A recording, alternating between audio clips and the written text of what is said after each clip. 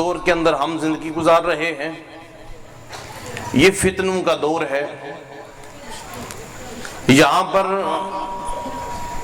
کھرے اور کھوٹے کی پہچان ختم ہو چکی ہے. ذہنوں کے اندر بہت سارے سوالات پیدا ہوتے ہیں کہ دور حاضر کے اندر ایک کامل ترین مومن کی نشانی کیا ہے؟ کامل ترین مومن کسے کہا جاتا ہے؟ وہ کون سا ایسا پیمانہ ہو کہ ہمیں اس سے پتہ چل جائے کہ یہ کامل ترین مومن ہے؟ حالانکہ نماز پڑھنا نہایت اہم ہے، ضروری ہے، زکوٰۃ ادا کرنا، روزے رکھنا، حج ادا کرنا یہ بڑا ضروری ہے. لیکن کوئی اگر نماز پڑھ رہا ہے تو اس کے لیے یہ شرط لازم نہیں آتی کہ واقعتاً یہ بندہ کامل ترین مومن ہے. اگر کوئی شخص روزے رکھ رہا ہے تو روزے رکھنا اس کے کامل ترین مومن ہونے کی نشانی نہیں. اگر کوئی حج کر رہا ہے، زکوٰۃ ادا کر رہا ہے تو یہ اس کے کامل ترین مومن ہونے کی نشانی نہیں. یہ نہیں کہا جا سکتا کہ ایک شخص بڑی نمازیں پڑھتا ہے تو گویا وہ کامل ترین مومن ہے. اچھا، اگر کامل ترین مومن دیکھنا ہو اس کے لیے وہ کون سا پیمانہ ہے؟ ہم قرآن سے رہنمائی لیتے ہیں.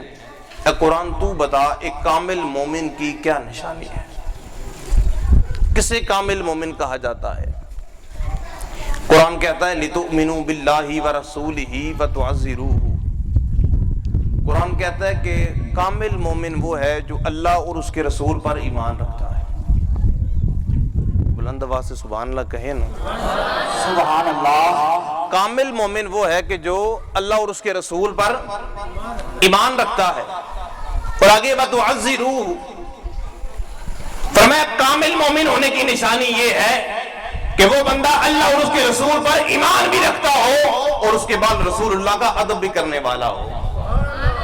اگر کوئی شخص نمازیں پڑھتا ہے، تہجد گزار ہے، شب بیداری کرتا ہے، دن کو روزہ رکھتا ہے اور دل میں ادب رسول نہیں تو گویا وہ کامل مومن، بلکہ وہ تو مومن ہی نہیں، وہ تو ناقص مومن بھی نہیں. حضرت علامہ اقبال رحمۃ اللہ تعالی علیہ آپ فرماتے ہیں اگر کوئی شخص یہ کہے کہ رسول اللہ نے ایک دن قمیض پہنی تھی اور وہ قمیض حضور نے جو پہنی ہوئی تھی وہ قمیض میلی تھی، کہا میرے نزدیک یہ بھی بے ادبی ہے. تو کہا وَتُعَزِّرُوهُ کامل ترین مومن وہ ہے کہ جو رسول اللہ کا ادب کرنے والا ہو. آگے آتا ہے وَتُوَقِّرُوهُ. علامہ علوسی رحمۃ اللہ تعالی علیہ نے یہاں پر ایک بات لکھی ہے تفسیر روح المعانی کے اندر. آپ فرماتے ہیں وَتُوَقِّرُوهُ سے مراد یہ ہے کہ نبی کی ہر نسبت کا ادب کرنے والا ہو، نبی کی ہر نسبت کا ادب کرنے والا ہو. تو گویا اگر دیکھنا ہو ایک بندہ نمازیں بڑی پڑھ رہا ہے، ایک روزے بڑے رکھ رہا ہے، حج و زکوٰۃ ادا کر رہا ہے، لیکن اگر اس کے دل کے اندر رسول اللہ کی محبت نہ ہو، رسول اللہ کا ادب نہ ہو، گویا وہ ساری کی ساری نمازیں جہنم کا ایندھن بن جائے گا. کہا اگر دیکھنا ہو کامل مومن کون ہے، فرمایا وہ کامل مومن ہے جو رسول اللہ کا بھی ادب کرتا ہو، رسول اللہ کی نسبتوں کا بھی ادب کرتا ہو، سبحان اللہ. جو رسول اللہ کا بھی ادب کرنے والا ہو، رسول کریم صلی اللہ علیہ وآلہ وسلم کی نسبتوں کا بھی ادب کرنے والا. حضرات عزیز وقار حضرت جناب سیدنا ابو بکر صدیق رضی اللہ تعالیٰ عنہ جب آقا کریم علیہ الصلوۃ والسلام کی طرف سے یہ حکم ملا کہ آپ مسلمانوں کو نمازیں پڑھائیں، جناب حضرت ابو بکر صدیق رضی اللہ تعالیٰ عنہ جب مصلی امامت کی طرف آئے.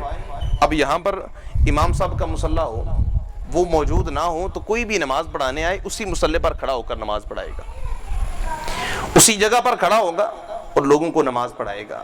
لیکن آپ دیکھیں میں نے عرض کیا نا کہ کامل مومن وہ ہے کہ جو رسول اللہ کا بھی حیا کرنے والا ہو اور رسول کریم صلی اللہ علیہ وآلہ وسلم کی نسبتوں کا بھی ادب کرنے والا ہو. جناب سیدنا صدیق اکبر یہ جانتے کہ اس مصلی کی نسبت کس سے ہوئی ہے؟ رسول اللہ سے. تو آپ نے ایک صف پیچھے کھڑے ہو گئے، مسلمانوں کو نماز پڑھانا شروع کی تاکہ جس جگہ پر رسول اللہ کے قدم لگے ہیں ابو بکر کا وہاں پر ماتھا لگے.